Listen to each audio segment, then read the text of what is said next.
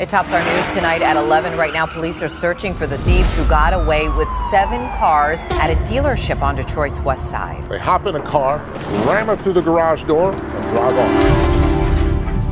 Welcome to Strikers in Detroit. We're about to show you how to strike a car. That's how easy it is for us to get your car. Oh, this is SRTG. It was on the lot. I needed it. Tell me guys what your job is. What do you guys do?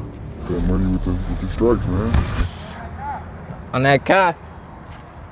Jesus Christ.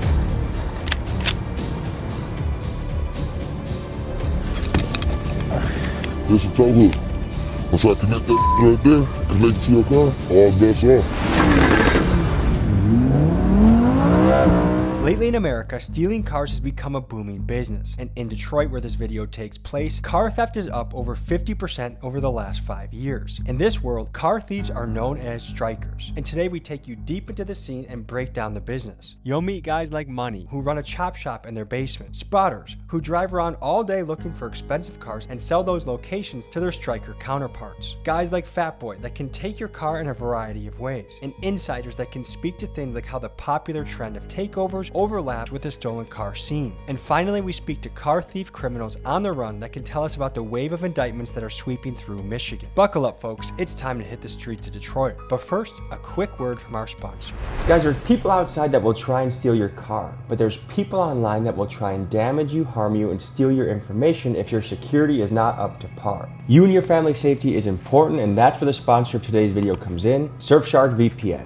I have personally encountered people trying to exploit my information and invade my privacy, so I know firsthand the importance of this, and I think it's very important to safeguard yourself and the people you love.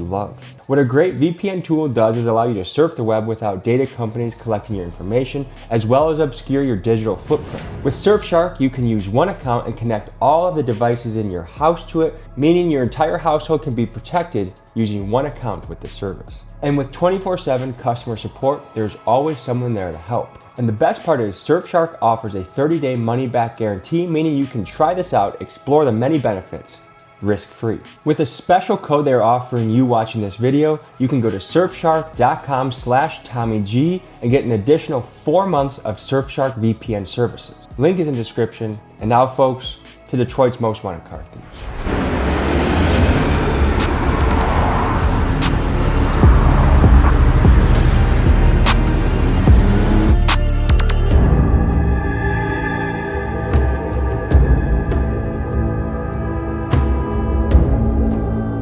This is where all the magic happens, and sometimes in case when we strike a car, you know we gotta smoke them so they don't see us. You've actually used that before to get away? Yeah, we used it a couple times.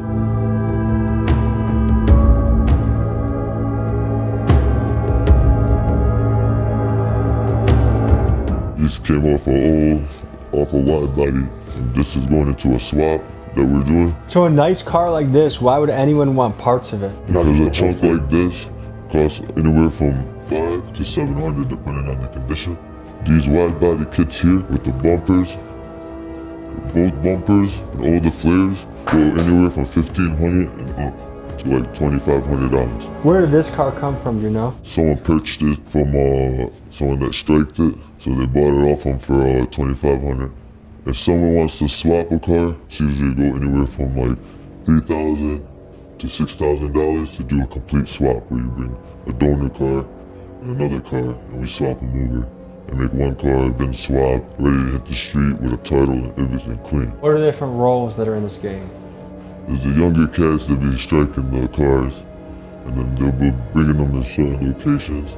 There's like 2 or 3 people who are mainly like in charge of selling it to certain people.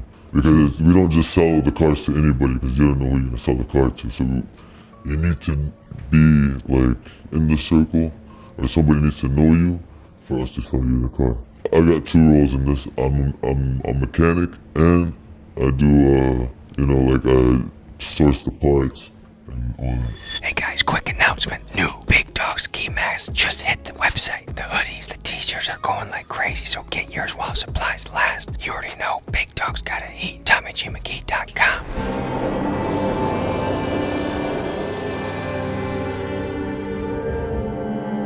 I'm currently trying to follow this guy. He's going way too fast for me. We finally found our striker after making a lot of calls in Detroit. It's not because there's a lack of strikers right now, it's because either the really good ones are arrested or the other good ones are aware of that and they want to stay out of jail. So as much as they want to help, I've had guys off camera say, hey, I do this, I really do this, show me proof, but I can't talk on camera. I get it. How you doing? You alright? Good, I'm just letting you pass me. Why are you letting us pass? Because you're on my butt. You guys can go past, or otherwise I'll keep driving. I'm just asking because you were pulling out that parking lot that was occupied right there. And it just seems kind of weird. It's not weird.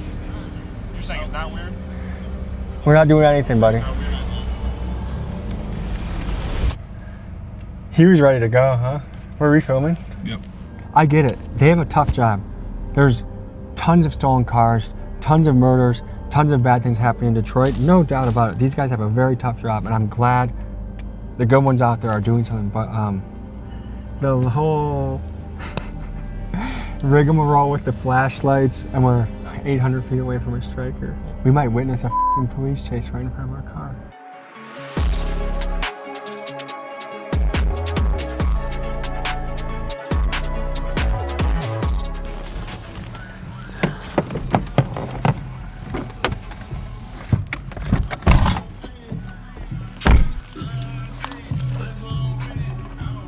By the way, do you know that on the way to this interview, your car almost hit mine on the highway? I recognize the license plate, I won't say it on the...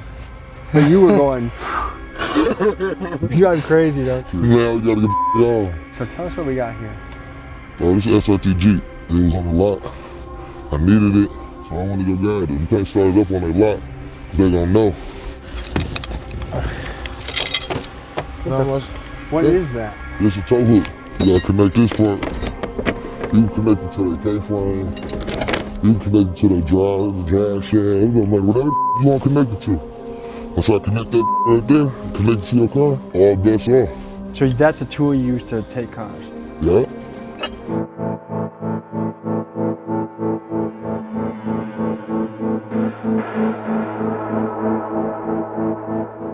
So of all these pieces, what's the most valuable or most highly demanded piece?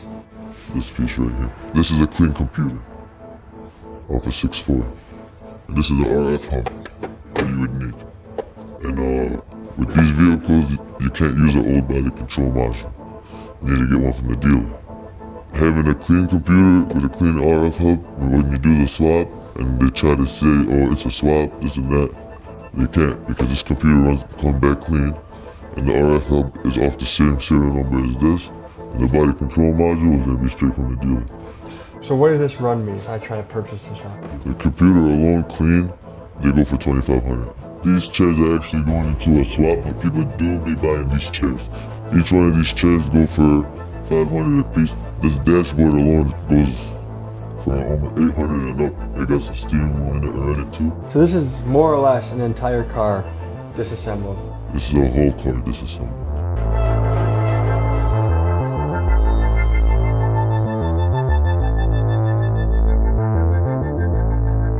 So right now we're on the east side of Detroit, somewhat near the 6 Mile Road. Strikers are pulling up, and this is the funkiest striker car I think we've seen yet. So what role do you guys play in this car business? Setting everything up basically. So you guys basically feed the information to the strikers so they don't have to look all day to just get what they want. Basically. And what type of stuff are you looking for? Hellcats, scat packs, So you guys looking for suburban, hood? suburban. Yeah, suburban. Like Dearborn, Richmond. All, you know what I mean? All types of neighborhoods. And you can get it in the hood too, but you know what I mean? It's gonna be way hotter than it would be in the suburban area. Like if we see something, take a picture of it, mark the location, send it to really whoever be doing that shit. Real question, if the police drive by, what's the plan? That's what I keep doing what we're doing. How often do you do this kind of stuff? Yeah, I do all day. Let me show you how much I want to do. That's how easy it is for us to get your car and get in your car. Mark it a little bit.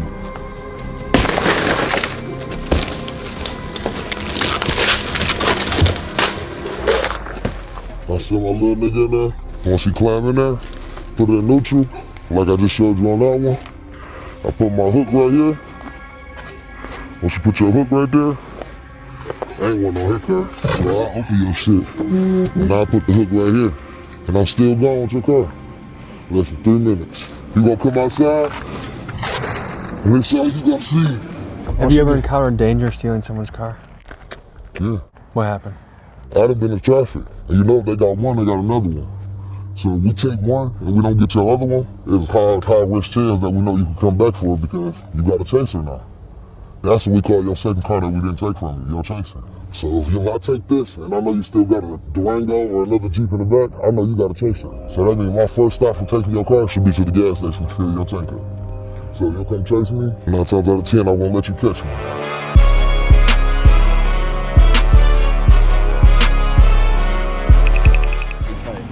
Good to meet you. Tell me guys what your job is. What do you guys do? Make that money with the strikes, man. That's it. How long have you guys been in the game? I'll say me, myself, probably more than like 4 or 5 years, you know? On that car. Jesus Christ.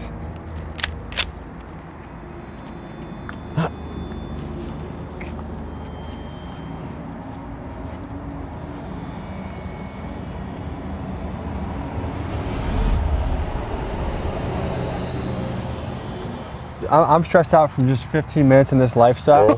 Does this stress you out? Of course. How did it change over COVID? Prices go up and down, that's it. Around COVID time, pandemic, they was giving out a lot of free money. So after that, after the pandemic was gone, people want that free money back. Tell us what we got right here. 6 Axis, 2025 Jeep. 2025 Jeep? Yes, sir. How much would this go off the lot? It's probably 67,000. Is it fair to say last owned cars go about 10% of the asking price? Okay, so how long have you had this? I just got it. Today? How long have you been in this? Since 2014. I was pretty much one of the first couple people doing it, and that was before the propane. We used to throw them, we just throw them as a neutral, push them down the driveway, and push them with any car, truck, put them in a bando, strip them down. And I said that was before the GPSs, all the extra shit they be having on it now. It was a rough time in my life. In my life, I worked on cars. My friend had a race truck, and he wanted to put an engine and a drivetrain in it. And then, like, he told me that, oh, we could get these cars easy. Is the way that we could do it. Oh, okay, well, let's get one. We went and did it, got one, put it in his car. After we figured everything out, it was like, damn, it really worked. Now, like, at this time, there's a lot of, like, younger people, and they're kind of, like, messing the game up because they're too sloppy with it. Usually, we'll take a striker to make money, right? And, like, these crash outs, they'll take a striker, and then they'll go to, like, a drift. Like, you know what I'm saying? To like one of the takeovers, they'll be drifting it, and then they'll crash or something. And then they're gonna leave that car there, and it's a stolen car.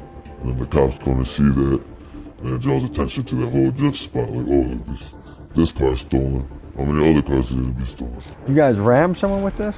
I wish I had. I feel like it's kind of your best guess. Every day. I know back in the day they used to put cars in a neutral and push them. So this is the battering ram that gets the rest of the people in. Workhorse. The workhorse, I see. I can't use too much of this stuff, man.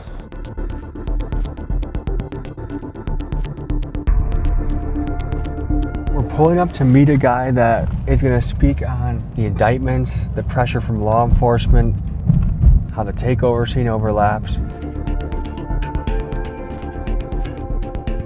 Nice to meet you.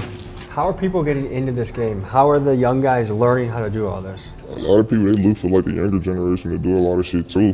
Cause like if they get caught, they gonna go to juvenile for a few minutes. I mean, not in a few minutes, I feel like for a little while, get out, they can keep doing that shit. One thing I've heard from some of the guys in the game is that there's been a lot of young guys entering the game, and it's made it more hot, more loud, and harder to get away with. Oh yeah, you got niggas, you got young niggas, we call them YNs. You got them on ring cameras flashing their guns while they man stealing the cars. It's just more reckless to say. They just need to chill out and just be more low key about it. Would you guys consider yourself YNs at all? Just a little bit, just a little bit. Does part of you operate off of the thrill or the money, or what's your motive? The adrenaline, the thrill. And obviously the money comes with it, but the adrenaline is better than any drug you can ever take, you feel me? After the car gets stripped down and everything hits the basement, this is what it looks like. So was this the car? Yeah. This was it? This is the exact car. So to be in this game for over 10 years, have you ever gotten in trouble? I got in trouble, and the best thing that I learned is not to say nothing. Call your lawyer, and they'll get you out of it easier than you think. 4 days in jail, cakewalk, compared to what they will give you if you start talking when you're in there. So the number one mistake criminals make in the interrogation room is talking. Talking, yes. As far as law enforcement goes, who's the biggest hurdle to overcome? Is it local PD, state trooper, marshals? Like Commercial auto theft. Commercial auto theft? Yeah. Those are the people that come after you? Those are the people that look for these cars. What do you mean by commercial auto theft? There's a whole unit for these stolen cars that go by commercial auto theft. Is that the force unit that goes after retail crime and auto theft? Yeah, and they're teamed up with every city and the state police. You seem pretty, like, you don't seem like you're afraid of getting caught at all. Man, this is Detroit. This is the least of their concerns. Like the blue and white car, the black car, that's the least of your concern. When cars like this start pulling up on you, F-150s, Jeep Wranglers, all bets are off. Because that means not cat is on you. Once cat on you, you're through. That's car auto theft. Tell me about those That cars. means they already been watching you. They already know what you're doing. They already know where you at. They just coming to pull up to make sure they can stop you. Once they got you, they got you. And your friends that have gotten hit, it was from the CAT team? Cat, that's who gonna hit you. You ain't gotta worry about no blue and whites or no knockoffs. You gotta worry about cat. Do you know who any of the detectives are? Nope, and I don't wanna know. As long as I don't know them and they don't know me, I know I'm doing my job the right way. So describe the pressure that's been hitting the city lately. Apparently law enforcement is cracking down a lot right now. They got cat, commercial auto theft. Commercial auto theft. Hey, you see some weird looking cars outside your shit and you in that business? Yeah, they ride around undercovers. They ride around the cars like these, like the Jeeps. Heavily tinted and they don't look right. They wear regular clothes. So that's the task force that's targeting cars right now. Yeah, commercial auto theft. How hard is it to get away from these guys? It really depends, because it's like, you don't even know when they're on you. They're surveillance you for. They'll follow you to miles away. You won't even know until it's the right time to come get you, as long as they got the evidence. This CAT unit appears to be keeping these guys on their toes, but it wasn't always like that in Detroit. I mean, take the case of Zanya Wallace. Her car got stolen, she tracked it down herself using an Apple AirTag that was in the car, and she spent 3 hours waiting for Detroit PD to show up, even trying to flag them down to help her, only for them to say they had other things to do. When the cops finally did arrive, she said they made her feel like she was the criminal, leaving her feeling very frustrated with her experience. And she's not alone. There is a Detroit Facebook page with over 50,000 members of residents helping each other track the stolen cars down because the citizens feel like they have to take matters into their own hands. The car thieves clearly are aware and respect CAT's ability, and it seems like with the CAT team making many arrests that the pressure of law enforcement is getting much stronger against car theft in Detroit. If you evade those guys, is the next thing that would trip you up is some sort of pursuit or chase? The helicopter. There's helicopters here? Yeah, this is the Michigan State helicopter. Other than that, the cops don't drive too good, so they're easy to escape. If you drive too dangerous, they have to call the chase off. Really though, this year, the police at 12 definitely been cracking down on that shit. Like, definitely been getting harder, but it ain't stopping shit. Down here in Detroit, if you get into a chase, they got the no chase policy. So like after a while, if you start doing some reckless shit, start doing some oncoming traffic, they gonna call the chase off. I mean, the pressure good. I'm gonna give you this right now. If you don't get away within 5 to 10 minutes, your best bet to go under a bridge and just leave the car. It's not a helicopter on you. You can't get away from that. Have you gotten away from a helicopter before? So your specialty is the high speeds. Yeah, basically. Like, especially like if you drive more recklessly, they're not gonna want to endanger more people for it. How hot is the game right now? It's very hard, dude. You know people that are getting arrested? I know people get arrested. I know a lot of people that's locked up for 7 years. Personally, from one of my close people. Law enforcement is bringing down a lot of pressure because in the last 5 years, it's been a 50% increase of stolen cars and the people are sick of it. To illustrate this, one of our top leads coming into the video 2 days ago got picked up by US Marshals. So the stakes are very high in this game. It's like a lot of people be snitching, huh? So you really gotta watch out who you like do shit anything with, honestly. Because if you're in a group, 5 guys are doing this, hitting the dealerships together, 1 guy gets caught, hey, if you tell me, I'll give you less time, and people usually talk. It depends on that person. If he's solid as hell, he ain't gonna talk, but like, a lot of these new boys, they just getting into this shit. So what kind of time are you seeing people get for being in this business? I seen, so one of the guys, he first got sentenced earlier this year. He got 4 years in the state with probation after he got out the state with potential boot camp. I got friends that's in the feds right now for the car shit. I got pretty much the whole indictment list. I was locked up with a couple of them on my own little personal stuff that I got going on. Did you get in trouble for the cars? Yes, I previously got trouble for the cars. They kind of calmed me down a little bit, but I was still out here because, you know, I got a family to support. So a lot of these guys in the car game, if they're really in it, how many years, what's typical to see? 2 years. That's average for what I've been seeing. So not that crazy for... It's not that crazy, but it's 2 years away from your life.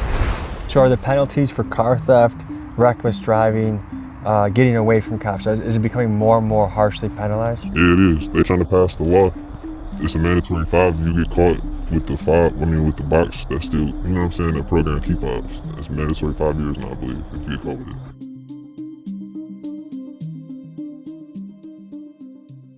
Someone that does this full time, selling the parts, breaking cars down, what can they stand to make in a month?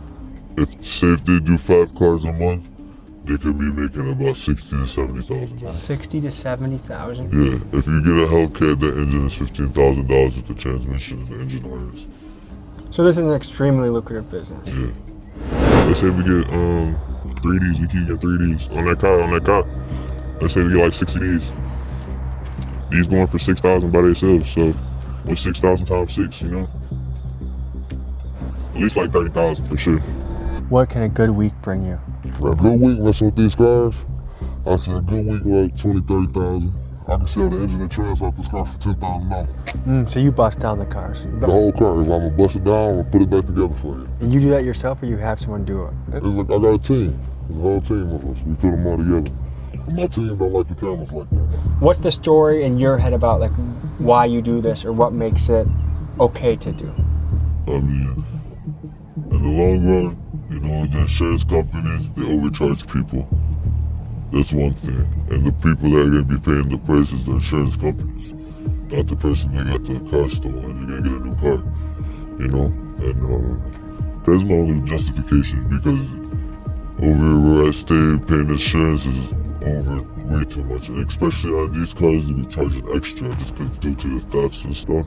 These car thieves make it sound really easy to simply call up your insurance and get your car replaced, but that is not the reality. With about 15% of US drivers being uninsured and about 1 million cars getting stolen every year, it's a reasonable guess that about 150,000 people a year, when their car gets stolen, are left with no car and no way to replace it. And this can cause people serious hardship by disrupting their ability to get to work, care for their family, and in some cases it even leads to financial ruin. And for those that do have insurance, it can sometimes take up to a couple months to get a payout, which can leave you scrambling in the meantime. On top of that, when you use that insurance, your own rates go up. And if you live in an area with a lot of car theft, everyone in that zip code will pay an inflated amount as a consequence. The reality is, this crime has a domino effect on a lot of people.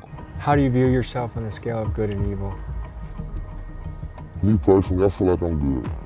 If I seen you go to the dealership and I know you worked on this car, your hard-earned work money, and you went and got this car, I'm not gonna take it from you.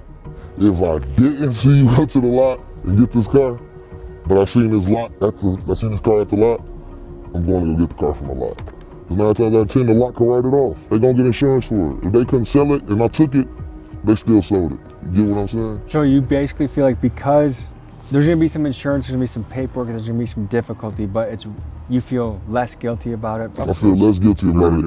If I took it from a lot, a dealership, they're taking it from somebody driveway. What is, to you, what do you think drives yourself, people that do this? Is it adrenaline? Is it money? Is it a mixture? It's a mixture of both, honestly. And then it's like fast money. And you get the quick adrenaline rush, getting thirsty and shit like that, you got a fast car. Of course you're gonna dog the shit out of it. Have you gotten in a police chase before? We just trolling.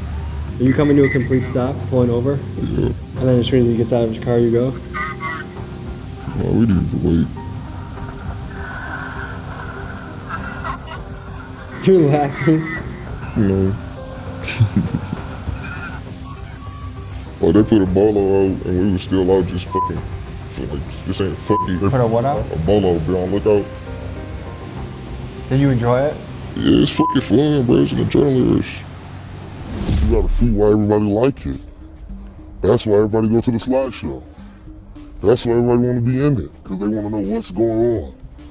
And if we go there, it really shows you like, that's why everybody want that car. That's why everybody wanna drive that car.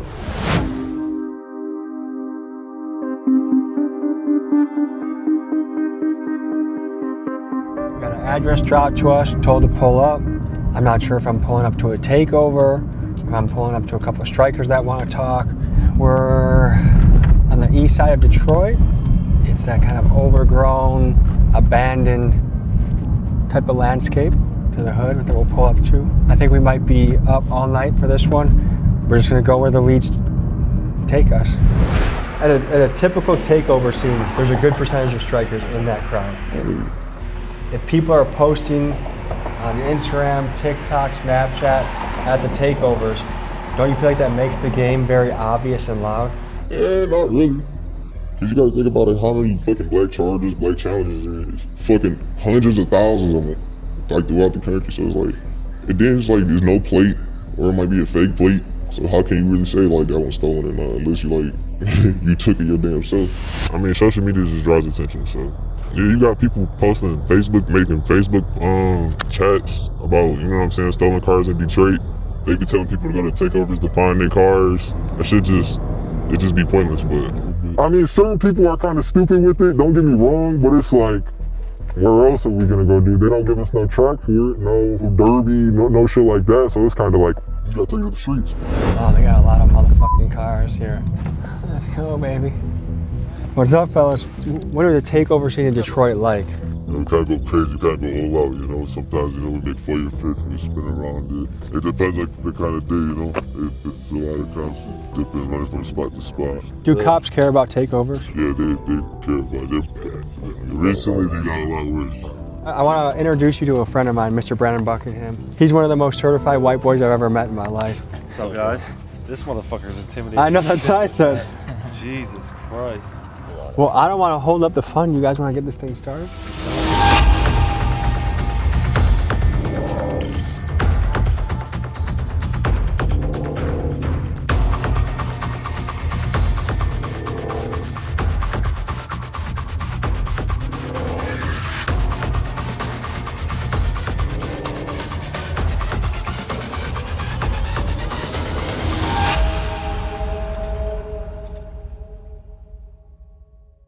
What got you into the takeover scene, and when did it really all start? It really started a long time ago. It started off as street racing, and then it turned into takeovers, where like we just like take over the whole city, and then specific locations, and we'll meet up, and we'll just go, and then we'll know where to go next. Did the stimulus checks help the takeover grow? Yeah, because the free money, they had money to buy like, you know, strikers and shit, and go out and spend.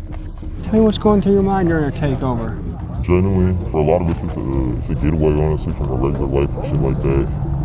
I mean, a lot of us just come out here, we all live boys and shit like that. Honestly, you know, you already know, a lot of people have a lot of stuff going on in the regular life, and this is just a lot of our getaway. And for a lot of people, honestly, obviously, you already know the striking community and stuff like that. That's their day-to-day thing.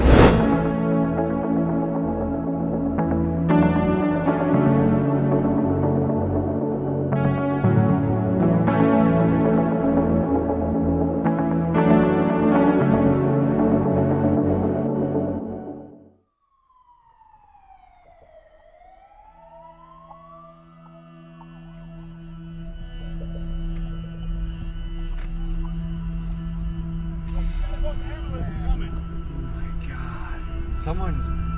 Did you see the guy? Yeah. How bad did he look? Look at that. So we just passed a scene. A biker was flat on the pavement.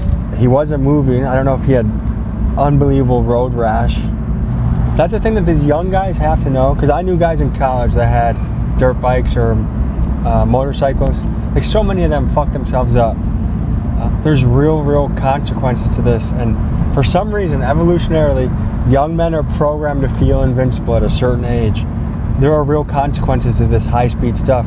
Tell me about the danger of this, the deaths that have happened there. A lot of people be sitting outside the car. You know, you got some people that go there with just themselves and a gun, just padding the gun, taking the car themselves. I've seen 4 people die so far trying to come out and protect their car.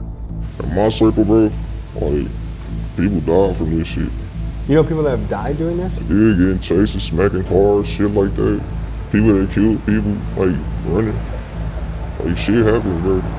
I am endlessly fascinated by this world of car theft and high speed and adrenaline. We took you on another deep dive to the scene, and this journey comes to an end. Detroit showed us a lot of love while we were there, and I appreciate you guys. And we have a couple more videos coming from the city, including next week when we expose Michigan's most corrupt cop. New ski masks, hoodies, and shirts are on the site. I love you guys. See you next week.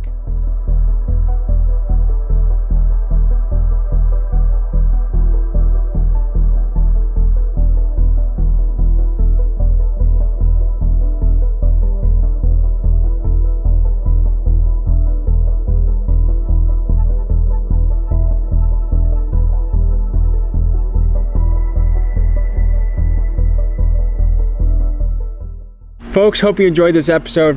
You want to watch another? Here. You want to subscribe? Over here. See you next week.